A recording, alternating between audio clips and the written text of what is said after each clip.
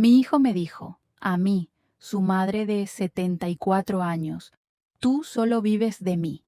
No lo gritó, lo dijo con la voz plana, como si leyera un número de cuenta. Luego cerró la puerta de su mansión recién comprada, sin un portazo, solo ese clic seco. Y ese sonido dolió más que cualquier grito. Yo me quedé ahí, bajo la lluvia, sin paraguas, sin nadie que me llamara de vuelta. Mi vieja maleta estaba a mis pies, la tela mojada, el cierre atascado. En mi mano, el mango roto de un paraguas que ya no servía. Pero lo que de verdad se rompió ese día fue la fe. Nadie esperaba que reaccionara. No lloré, no supliqué, solo observé cómo las luces dentro de la casa se iban apagando, una a una. Mi hijo, el mismo que me llamaba mami cuando le dolía la rodilla, no derramó ni una lágrima al echarme de su vida. No sé cuántas cuadras caminé bajo la lluvia. Solo recuerdo que me senté en una banca de la parada del autobús, con los zapatos empapados y los tobillos doloridos. Dentro de mi bolso, un papel arrugado, un recibo que en otro tiempo no valía nada, pero que ahora era mi única prueba de que esa lotería no era un milagro ajeno, era mía. Yo no compro lotería seguido, solo cuando siento que la vida me asfixia un poco más.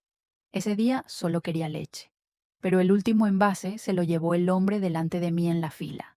Frustrada tomé un boleto al azar y murmuré: Dios, si aún me ves, mándame una pizca de suerte. Lo pegué en la nevera con un imán en forma de cruz que George, mi esposo, había traído de Córdoba. No porque creyera que ganaría, sino porque me gustaba tener algo que me recordara que todavía podía soñar. Andrew lo vio. Lo sé. Estaba comiendo una pizza fría, pero levantó la vista y lo notó. No dijo nada. 2 días después, el boleto desapareció. Yo no me di cuenta enseguida. ¿Quién presta atención a un trozo de papel en una nevera vieja? Pero esa noche, las noticias anunciaron: un billete ganador de 10 millones de dólares fue vendido en la gasolinera El Sol, al norte de Sevilla. Y ahí, en ese segundo, algo me apretó el pecho como una garra. Corrí a la cocina. El imán seguía ahí, pero el boleto no. El hueco que dejó parecía más grande que un papel. Era como si se hubiese llevado también una parte de mi fe. No dije nada, no esa noche. Solo preparé mi té de manzanilla, me senté en silencio y dejé que la luz intermitente del microondas iluminara la pregunta que ya no podía ignorar. ¿Y si fue él quien lo tomó? Si esta historia te está tocando el corazón, suscríbete al canal y acompáñame hasta el final. Porque lo que viene no es solo una traición, es una revelación. ¿Qué harías tú si descubres que tu propio hijo está a punto de gastar millones que en realidad te pertenecen a ti? No pregunté, no reclamé, ni siquiera dije su nombre. Pero cuando escuché a Andrew por teléfono diciendo: sí, soy yo el ganador del premio de los 10 millones, supe que lo había hecho. Lo supe con esa certeza helada que solo las madres conocemos, la que no necesita pruebas ni testigos. Esa noche no regresó a casa. A la mañana siguiente hice lo mismo de siempre. Preparé el desayuno, tosté pan, puse queso en el plato y dejé 2 tazas sobre la mesa.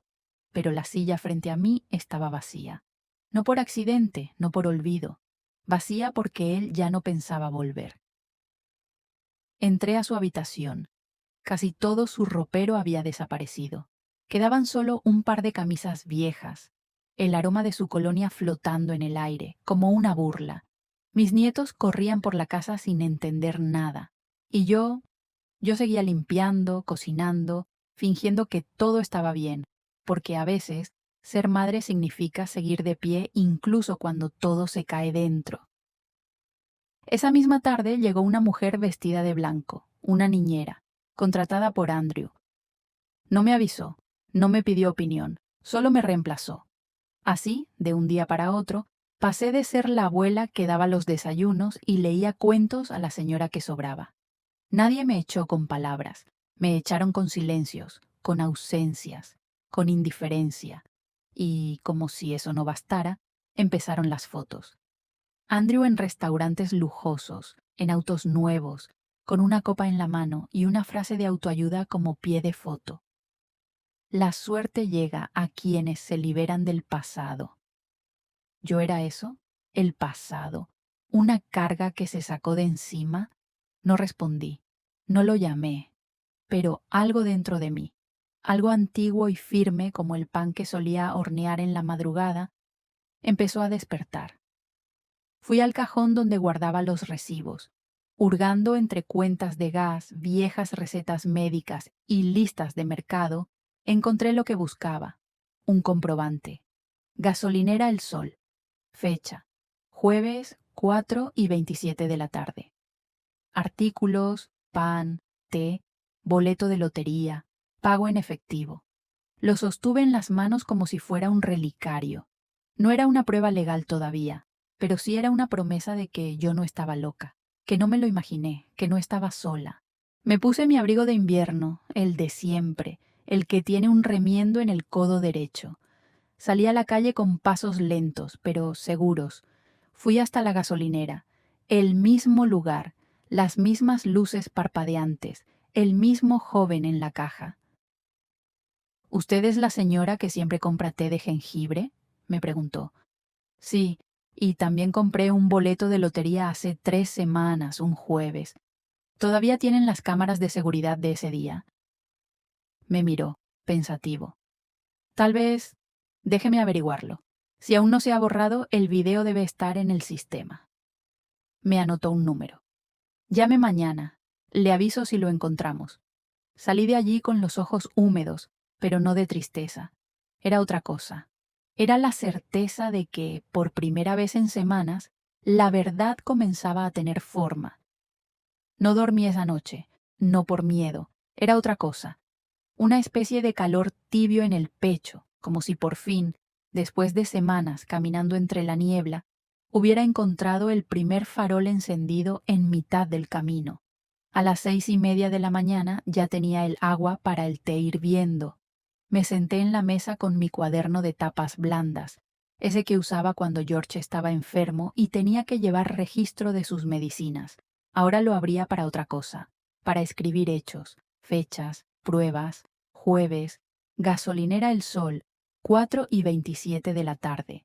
Pan, té y un boleto de lotería. Pago en efectivo. Caja número 3. Atendido por un joven de cabello rizado. Cámara de seguridad. Posible grabación. Escribí todo eso como si estuviera reconstruyendo un crimen, porque en cierto modo lo era. No un crimen de película, sino uno de esos que no dejan sangre, pero sí cicatrices. A las 10:12 de la mañana recibí la llamada. Señora Whitmore, habla Javier de la gasolinera. Encontramos el video. Y sí, ahí está usted, con su abrigo gris, pagando el boleto en efectivo. Lo tengo en un USB si quiere pasar a recogerlo. Sentí un nudo en la garganta. No dije nada por un segundo. Luego respondí: voy en camino. Ese trayecto lo hice en autobús, sin música, sin hablar con nadie, pero con los ojos mirando por la ventana como si pudiera ver la vida en reversa. Mi hijo de niño, su primer diente caído, el primer dibujo que me hizo con crayones y ese "te quiero, mamá", escrito con letras torcidas. ¿En qué momento cambió todo? Javier me entregó el USB en un sobre blanco. Lo metí en mi bolso como si guardara una joya. Luego, con voz temblorosa pero decidida, le pregunté: ¿tienen también el ticket de caja de ese día? Él dudó. Déjeme ver. Tecló algo. Sí, aquí está. Jueves 4:27 de la tarde. Comprobante número 7840. Té, pan y... billete de lotería. ¿Quiere una copia? Asentí. Cuando salí de allí, el cielo estaba gris, pero yo me sentía más clara que en muchos años. Esa tarde llamé a Elías, un viejo amigo de la familia que ahora era abogado. Me recibió en su oficina, rodeado de libros gruesos y olor a madera vieja. Le mostré el recibo, el video y le conté toda la historia. Desde el té que no pude comprar hasta la frase cruel de mi hijo antes de cerrar la puerta. Tú no has hecho nada por este dinero. Elías no me interrumpió. Me escuchó con las manos cruzadas y el ceño fruncido. Al final solo dijo: esto no es solo un tema familiar, es apropiación indebida, y usted tiene cómo probarlo. Levanté la vista. ¿Y qué pasa con él? ¿Con Andrew? Eso dependerá de él, pero el dinero, ese boleto, le pertenece a usted, legal y legítimamente. Volví a casa con el sobre en la mano y una extraña sensación de dignidad. No era orgullo, era algo más hondo, la conciencia de haber dicho basta, aunque me temblaran las manos al hacerlo. Esa noche no encendí la televisión, ni siquiera toqué el móvil. Me senté en la mesa de la cocina, abrí mi libreta de tapas blandas y, con mi letra redonda, escribí solo una frase. No estoy sola, estoy despierta. Porque por primera vez en semanas me sentía eso, despierta.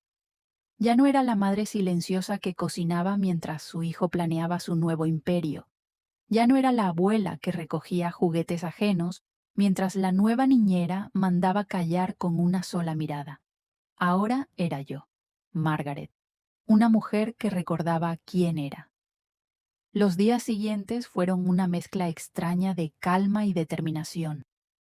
Elías empezó a reunir los documentos. Yo seguía en silencio, haciendo todo como siempre, lavando ropa, cortando verduras, guardando las sobras del almuerzo en tuppers. Nadie sospechaba lo que estaba por venir, ni siquiera Andrew. Lo veía en las redes sociales, su sonrisa fingida, las fotos en cenas caras, el auto nuevo, las frases de autoayuda tan vacías como los gestos que ahora reservaba para su madre. Una me dolió particularmente. La escribió junto a una foto suya frente al espejo. A veces, para ganar hay que cortar la raíz. Raíz, así me llamaba ahora. Yo, que había sido su tronco en cada tormenta. Yo, que vendí mis joyas para pagar su matrícula universitaria. Yo, que escondí mis lágrimas en el baño para que él no viera cuánto me dolía la espalda por levantar a sus hijos mientras él reinventaba su propósito. No respondí, pero esa noche saqué el relicario de mi madre, el que siempre guardo en una cajita de terciopelo azul. Lo abrí, besé su fotografía y susurré: tú me enseñaste a resistir, ahora enséñame a hablar sin miedo. Y lo hice. Al día siguiente, fui al banco con Elías. Abrimos una cuenta especial, protegida. Pedí que todo fuera discreto. Ni $1 sería tocado hasta que la investigación avanzara. Él me entregó una carpeta de cuero, con los papeles oficiales del caso, firmados. Mi nombre estaba ahí, claro, limpio, Margaret Whitmore, compradora del billete. Salí del edificio con el corazón sereno. No feliz, no todavía, pero sereno. Esa noche, Andrew subió una historia, una copa de vino, música instrumental, texto sobre la imagen. La suerte es de los que se atreven. Y yo sonreí, porque lo que él no sabía es que yo ya me había atrevido, y esta vez no habría marcha atrás. Elías me llamó un lunes por la mañana.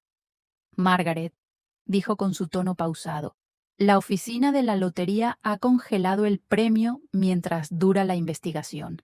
Nadie puede tocar un centavo. Me quedé en silencio. Tenía un trapo en la mano. Estaba limpiando el marco de una ventana. Miré el vidrio. Polvo. Huellas de dedos de mis nietos. Tantas veces limpié esa ventana. Y esa mañana brillaba distinto.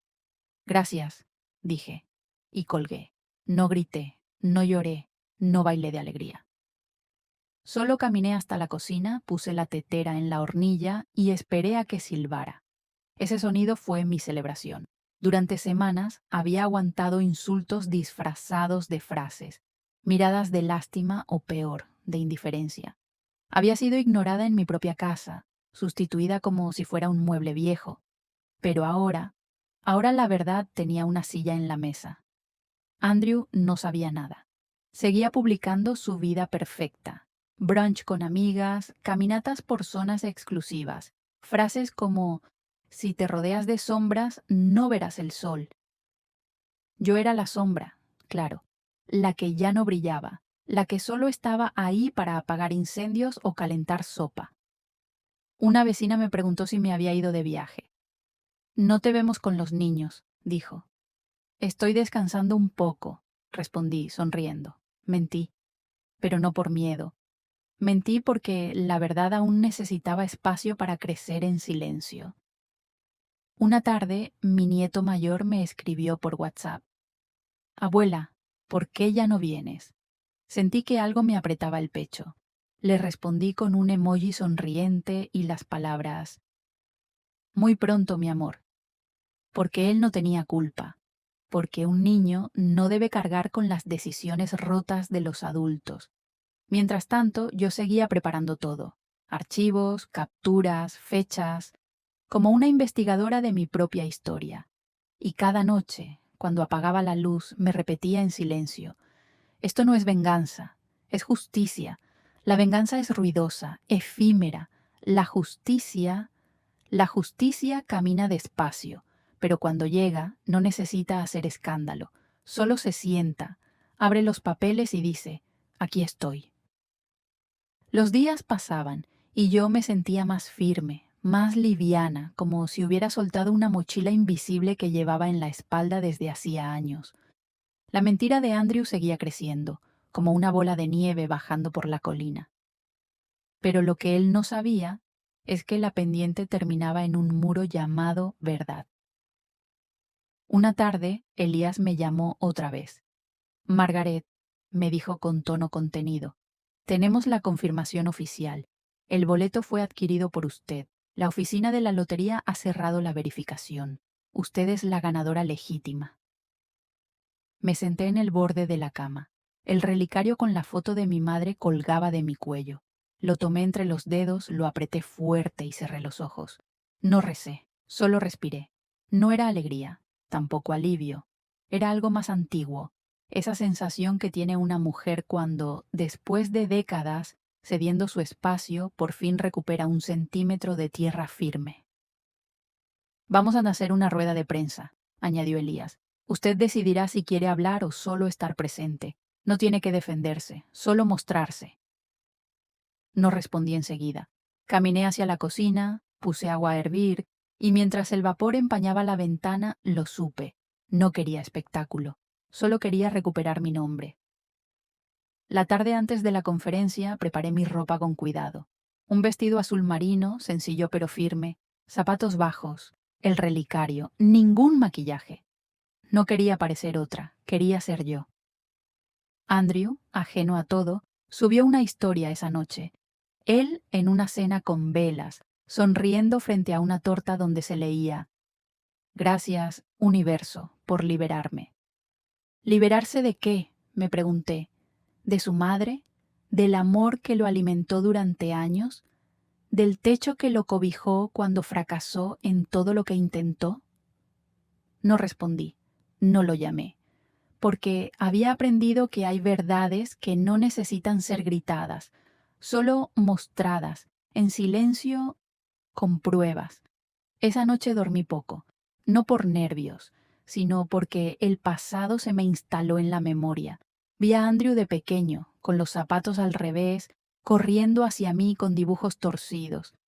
Mami, tú eres mi heroína, me decía, y ahora él decía que yo no había hecho nada. Al amanecer, me serví una infusión. Me miré al espejo. No vi una mujer derrotada. Vi una madre que había esperado demasiado y que por fin se disponía a decir: yo también existo. Llegué al edificio de la lotería 20 minutos antes. Me senté en la banca del vestíbulo, con mi bolso de cuero viejo sobre las piernas y el relicario de mi madre colgando como un ancla serena sobre mi pecho. La sala no era grande ni lujosa. No había flashes ni periodistas gritando preguntas. Todo era sobrio, digno, como debe ser la justicia. Uno de los funcionarios me ofreció agua. Yo negué con una sonrisa. No quería tragar saliva, quería tragar años de silencio, porque lo que estaba por decir no era una denuncia, era una memoria que pedía ser reconocida. El micrófono me esperaba sobre una mesa sencilla, rodeada por documentos firmados, sellos oficiales y rostros serios. Cuando pronunciaron mi nombre no hubo aplausos, solo un silencio espeso como el que cae cuando alguien finalmente dice la verdad en una familia donde nadie se atrevía a hablar. Me puse de pie. Caminé con pasos lentos pero firmes. Tomé el micrófono con las dos manos. No había preparado un discurso. No lo necesitaba. Solo dije, gracias por estar aquí. Yo no vine a pedir nada. Solo vine a recuperar mi nombre. Ese boleto, el que ganó los 10 millones de dólares, lo compré yo. Lo pegué en mi nevera. Y días después, sin decir una palabra, mi hijo lo tomó y le dijo al mundo que era suyo. Tragué saliva. Vi a algunos reporteros bajar la mirada. Otros escribían frenéticamente. No me dolió el dinero. Me dolió su silencio, su manera de mirarme como si nunca hubiera sido su madre, como si yo no hubiera horneado pan durante 30 años para pagarle sus estudios, sus errores, sus regresos. Me detuve. Dejé que el aire se asentara y luego agregué. Hoy no grito, no insulto, no golpeo la mesa. Hoy demuestro que las madres también sabemos defendernos, no con rabia, con pruebas, con dignidad. Dejé el micrófono, volví a mi asiento. No sentí orgullo, sentí paz, como quien regresa a casa después de haberse perdido en el bosque por años. Mi teléfono empezó a vibrar en el bolso. Llamadas, mensajes, números desconocidos y uno conocido, el suyo. No contesté, porque él aún no sabía lo que acababa de pasar. Y yo ya no necesitaba explicárselo. Me fui caminando, mientras en el edificio aún se comentaba la noticia. No miré atrás. Porque entendí que hay batallas que no se ganan al destruir al otro, sino al reconstruirse una misma. Regresé a casa en autobús. Nadie me reconoció. Nadie me pidió una foto. Y eso fue un alivio. La fama nunca me interesó. Yo no quería portadas, ni entrevistas, ni aplausos. Lo único que quería era que quedara claro que yo no era una ladrona, que ese boleto y todo lo que representaba había nacido de mis manos, no de las suyas.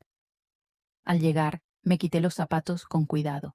Me preparé una sopa ligera, como las que hacía cuando Andrew era pequeño y llegaba del colegio con frío. Me senté frente al vapor. No pensé en el dinero, pensé en la verdad. La noticia no tardó en explotar. Señora mayor identificada como la verdadera ganadora del premio de 10 millones. Su hijo intentó cobrarlo en su lugar. Así lo titulaban en los sitios web. Algunos decían valiente, otros justiciera silenciosa. Yo solo era una madre cansada de callar. El teléfono seguía vibrando. Apagué el móvil. Quería unos minutos de silencio antes de que todo se volviera ruido. Pero no tardó. Al día siguiente volvió a sonar. Era él, contesté. No porque quisiera escucharlo, sino porque sabía que debía cerrar el ciclo con mi propia voz. ¿Qué hiciste, mamá? Gritó sin saludar. ¿Cómo te atreves? Arruinaste todo. Ahora todos me señalan. Tú no puedes hacerme esto. Lo dejé hablar, como si escuchara a un niño haciendo una rabieta, pero ya no era un niño, y yo ya no era la madre que temía alzar la voz. Yo lo compré, dije. Lo pegué en la nevera. Tú lo tomaste, nunca me lo dijiste, nunca compartiste nada, y ahora vienes a decir que es tuyo. No lo entiendes, tenía planes, iba a construir algo grande, tú solo lo ibas a desperdiciar. Sonreí, sin ironía, solo con cansancio. No hay desperdicio más grande que traicionar a quien te dio la vida. Silencio. Luego, con voz venenosa, soltó. ¿Sabes qué? Vas a quedarte sola. Puedes tener el dinero, pero nadie te va a querer. Vas a morir en una cama fría, con billetes, pero sin abrazos. Respiré hondo. Me quité el relicario del cuello. Lo puse sobre la mesa. Lo miré y respondí. Ya estuve sola, hijo. Estuve sola cuando me cerraste la puerta en la cara, cuando me dijiste que yo no había hecho nada, cuando me llamaste una carga, y aún así aquí estoy, en paz. Él intentó replicar, pero no le di espacio. Y por si te interesa saber, Ya doné la mitad del premio a refugios de madres mayores y mujeres sin hogar. Mujeres que, como yo, fueron olvidadas por aquellos a quienes dieron todo. No dijo una palabra más, y colgué. No por venganza, sino por dignidad. No lloré después de colgar, tampoco me temblaron las manos, solo me quedé ahí, sentada frente al relicario, como quien acaba de enterrar una parte de su vida sin necesidad de ataúd, porque hay duelos que no se viven con flores ni funerales, hay duelos que se viven con palabras que ya no podrás devolver. Al día siguiente, Elías me llamó. Ya han notificado oficialmente a las entidades financieras. Las cuentas donde él movió dinero del premio están congeladas. Todo lo que adquirió en nombre de ese boleto está bajo investigación. Respiré hondo. Sentí el peso de la noticia asentarse en mi pecho, no como una carga, sino como una confirmación de que cada paso que di, cada silencio que guardé, no fue en vano. Y eso significa que su historia empieza a desmoronarse. Y así fue. Como si todo hubiese estado sostenido con hilos delgados de mentira, las cosas comenzaron a caer una por una. La casa lujosa que presumía, hipotecada con documentos falsos, el coche con techo panorámico, devuelto al concesionario, las tarjetas bloqueadas, las amistades de cristal desaparecidas. Vi cómo, poco a poco, sus redes sociales cambiaban, las fotos dejaron de aparecer, los comentarios se volvieron preguntas y luego reproches. Los mismos que le decían inspiración ahora murmuraban fraude. ¿No que eras la ganadora? ¿Qué pasó con tu historia de superación? Siempre supe que algo no cuadraba. Qué vergüenza haber compartido tus frases. No respondí, no publiqué, no expliqué nada, porque había algo más poderoso que cualquier justificación, mi silencio lleno de verdad. Una mañana, mientras tendía ropa en el patio, las sábanas blancas flotando al viento como velas de un barco que por fin se aleja del naufragio, sonó el timbre. El cartero dejó un sobre oficial. Dentro, el informe final de la lotería. Margaret Whitmore, compradora registrada. Verificado con video, recibo y testigo. Cierre definitivo del caso. Lo sostuve con manos firmes. Miré ese papel como quien ve un espejo. No me devolvió una mujer triunfadora. Me devolvió una mujer completa, entera, con nombre propio. Esa tarde cociné para mí sola. Hice arroz con lentejas, como cuando Andrew era niño y lo alimentaba aunque yo no comiera. Puse un disco de Los Panchos, y mientras el sol se filtraba entre las cortinas, barrí la sala con movimientos suaves, como bailando con el tiempo. Me reí un poco, no por burla, por alivio. Después de todo lo que pasó, después de las humillaciones, los desprecios, los gritos, las palabras que me dejaron cicatrices invisibles, yo seguía de pie, y eso, para mí, valía más que cualquier premio.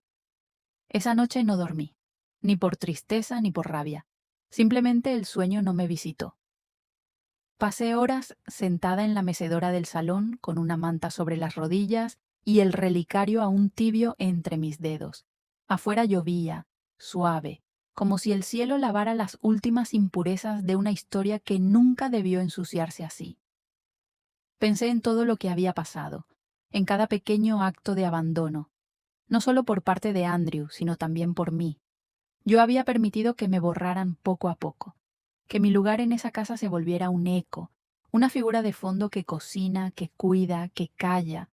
Pensé en cómo llegamos hasta aquí, en qué momento mi hijo dejó de verme como madre y empezó a verme como carga. Tal vez fue cuando dejé de serle útil, cuando ya no tenía nada que prestarle, que sacrificar, que vender. Tal vez cuando él empezó a sentirse grande y yo, vieja. Recordé la noche en que desapareció el billete, o más bien, la noche en que me di cuenta de que ya no estaba. No fue solo el papel lo que desapareció de la puerta del refrigerador, fue la confianza, el pacto invisible entre madre e hijo, el vínculo hecho de migas compartidas y noches sin dormir. Me dije, con un susurro que solo escuchó la lluvia, ya no vuelvo atrás. Me levanté al amanecer. Preparé pan tostado, herví avena, serví mi infusión. Todo como siempre. Y sin embargo, todo distinto. Encendí el móvil. Decenas de mensajes sin leer.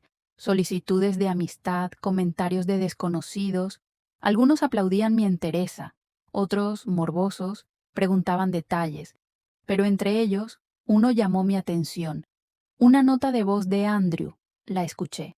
Su voz era otra, quebrada, áspera, como si de pronto el mundo que había construido con papel de regalo se le estuviera quemando entre las manos. Mamá, no sé qué decirte. Me equivoqué. No pensé que fueras capaz de hacer todo esto. Me subestimé. Pensé que ibas a dejarlo pasar, como siempre. Pero número, lo hiciste. ¿Por qué? No respondí. No porque no tuviera que decir, sino porque entendí que no todas las preguntas merecen respuesta. El sistema hizo su trabajo. Los bienes fueron bloqueados. Los bancos retiraron sus ofertas. Las personas que le celebraban en las redes lo dejaron de seguir como si tuviera peste. Una amiga suya, de esas que solo aparecen en fiestas, compartió una historia vieja de Andrew, etiquetándolo con una frase irónica. No todo lo que brilla es oro. Yo la vi. No sentí venganza, sentí pena, porque al final, todo lo que él construyó sin raíces se desmoronó como un árbol hueco. Y no hizo falta que yo lo empujara, se cayó solo. Esa tarde salí a caminar. Llevaba mi bolso viejo y un paraguas prestado por la vecina. Fui hasta una agencia inmobiliaria. No buscaba lujo, solo una casa pequeña cerca del lago, con una cocina amplia, ventanas grandes, espacio para un jardín y, con suerte, un columpio si algún día mis nietos regresan. La agente me preguntó si planeaba mudarme sola. Sí, respondí, pero no vacía, porque ahora, después de tanto tiempo, me llevaba conmigo algo que creí perdido para siempre, mi voz. No fui a buscar justicia. La justicia vino sola, vino en forma de silencio, de papeles firmados, de miradas que ya no bajaban la vista cuando decían mi nombre. Yo no tuve que levantar la voz, solo esperé. Y esa espera me enseñó algo que ninguna fortuna puede comprar. La dignidad no se negocia. Después de la rueda de prensa, no volví a ver a Andrew durante semanas. No llamó, no escribió, no pidió disculpas. Y sin embargo, cada mañana, mientras preparaba mi té, miraba hacia la puerta, como si en el fondo aún creyera que algún día tendría el valor de tocar. Y ese día llegó. Era una tarde gris, el cielo cargado. Yo estaba en la cocina, amasando pan como solía hacer en los inviernos más duros. Entonces escuché los golpes. 3, cortos, sin fuerza. Abrí. Allí estaba él, mi hijo, el mismo que me echó de casa, el mismo que me quitó un billete y con él una parte de mi historia. Pero también era el mismo niño que lloraba con miedo a las tormentas, que me pedía que lo tape hasta el cuello y le cante You are my sunshine. Su cara era otra. No había arrogancia ni soberbia. Había ojeras, labios apretados y los ojos... Ah, los ojos. Eran los de un hombre que, por fin, se dio cuenta de lo que perdió. Mamá, susurró, perdí todo. No todo, le respondí sin dureza. Todavía puedes elegir cómo seguir. Entró. Se sentó en la misma silla donde solía desayunar antes del colegio. Miró la mesa, como reconociendo las cicatrices del pasado. ¿Cómo supiste que era tuyo? No hablaba del billete, hablaba de la traición, del silencio, de la grieta que se había abierto entre nosotros. Porque una madre siente cuando le roban algo que salió de sus propias manos, dije. Ya no era por el dinero, era por todo lo que borraste sin preguntar. Se quedó callado. Entonces hice lo que mejor sé hacer. Me levanté, serví 2 tazas de té y me senté frente a él. ¿Quieres empezar de nuevo? No sé cómo, admitió. Entonces empecemos por lavar los platos, y se rió. Una risa pequeña, torpe, como cuando era niño y lo sorprendía comiéndose las galletas crudas. Durante las semanas siguientes, Andrew volvió, no como hijo pródigo, sino como un hombre que aprende a barrer los vidrios rotos del pasado. No dormía aquí. Solo venías a ayudar, a preguntar, a escuchar. Limpió el jardín, reparó la cerca, pintó la puerta, y un día, sin que nadie se lo pidiera, colocó un columpio nuevo para los niños. Yo lo observaba desde la ventana, con el relicario de mi madre entre los dedos. Pensé en ella, en cómo aguantó cosas peores, en cómo nunca dejó que el rencor le robara la voz. Una noche, él dejó una carta sobre mi mesa. Gracias por no cerrarme la puerta. Estoy aprendiendo a merecerla. Lloré, pero no de tristeza. Lloré por todas las madres que no tienen siquiera una carta, por las que dan todo y no reciben ni un plato limpio, por las que duermen solas mientras sus hijos celebran lejos con dinero que no supieron compartir. Hoy vivo en una casa más pequeña, no tengo lujos, pero tengo pan fresco, flores en el alféizar y una lista de cosas simples que me hacen sentir viva. Andrew me acompaña a veces, cocina conmigo, me escucha. No somos los de antes, pero estamos más cerca que nunca de ser algo mejor. Mis nietos vienen los fines de semana, me abrazan sin miedo, me llaman abuela fuerte, y cuando me preguntan si alguna vez estuve triste, les digo, a veces, pero nunca me dejé romper, porque eso es lo que he aprendido a mis 74 años, que no siempre el dinero es la victoria, que no todo se puede reparar, pero sí se puede volver a construir, y que hay silencios más fuertes que cualquier insulto. El día que recibí el pago oficial del premio, no compré nada. Fui al mercado. Compré harina, huevos, mantequilla y horneé pan para los vecinos, porque la vida, al final, no se mide en millones, se mide en noches sin miedo, en tazas compartidas, en saber que, aunque te caíste 1000 veces, esta vez no te dejaste quedar abajo. Yo, Margaret Whitmore, no fui una víctima. Fui una mujer que se levantó sola, que sostuvo su nombre, su historia y su voz, y que un día, sin escándalos, sin odio, simplemente volvió a casa. Si has llegado hasta aquí, gracias. No por escuchar mi historia, sino por sentirla conmigo, porque esta no fue solo una historia sobre un billete de lotería, fue una historia sobre el olvido, sobre lo que ocurre cuando dejamos de mirar a los ojos a quienes nos dieron la vida, y también sobre lo que aún podemos recuperar, incluso cuando todo parece perdido. Aprendí con cada lágrima escondida y cada silencio tragado que no siempre hay que gritar para ser escuchadas, que hay batallas que no se ganan con fuerza, sino con verdad, y que las mujeres mayores, esas que muchos creen que ya no tienen nada que decir, aún tienen mucho que enseñar.